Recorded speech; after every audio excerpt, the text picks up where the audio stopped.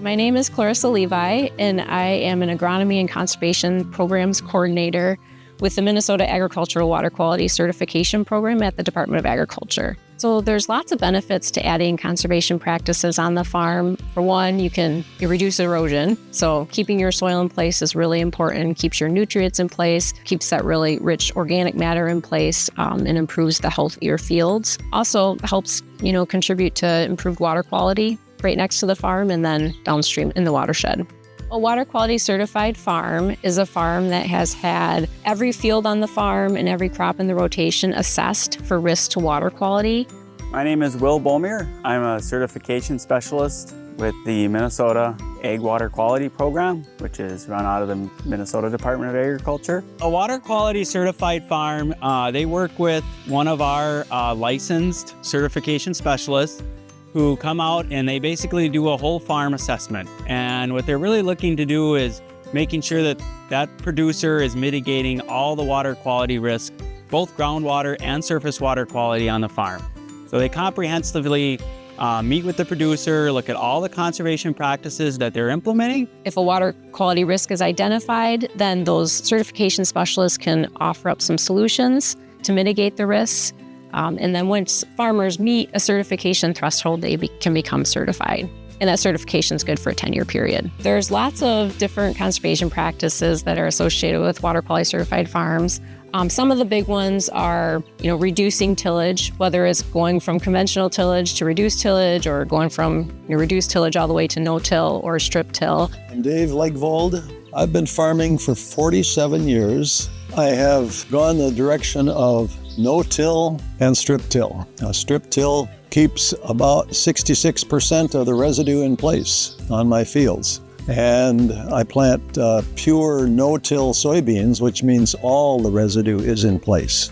Other practices include adding cover crops to the system, putting in filter strips to filter water as it leaves the farm. And then there's also some structural practices too, like grass waterways, water and sediment control basins, and edge of field practices too.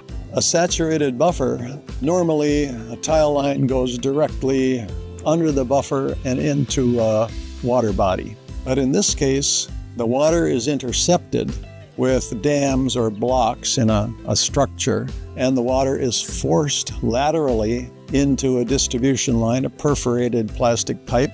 And so the water that would normally go into the creek goes into the ground of the buffer and soaks in, and the nutrient grows grass, and the water grows grass, grows trees. And in the data that I've been able to gather on my saturated buffer, we can treat about 45% of the tile runoff, and that saves a fair amount of nutrient and a fair amount of water from hitting the creek. Working with our program kind of gets you a step ahead of the game. And I like to tell producers it keeps them in the driver's seat because they have more options to be thinking ahead of time. And then the nice thing is we help pair them with a professional to implement those conservation practices. It is completely voluntary, so the producer is in the driver's seat the entire time, and it moves at the speed that the producer wants to move at. So there is, how long does it take and what is a typical farm? There isn't a typical farm, and it takes as long as it takes. Should something come up down the line with the EPA's Endangered Species Act labels where conservation practices may be required, working with the Agricultural Water Quality Certification Program kind of gives you a step up. You're kind of ahead of the game, ahead of the regulations, so that at least if you do implement something, you know that it's meeting NRCS standards, and you know that it's in a place that's going to be functional. So we are very fortunate in the state of Minnesota. And at the time that we're in, there have never been so many tools and opportunities for producers to implement conservation on their farm. There are tons of technical resources and staff being added right now. There's consultants, and then there's a huge amount of new financial assistance programs available.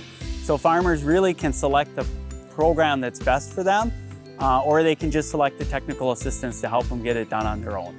Herbicide best management practices. Herbicide best management practices equals a commitment to water protection in Minnesota. equals a commitment to water protection in Minnesota.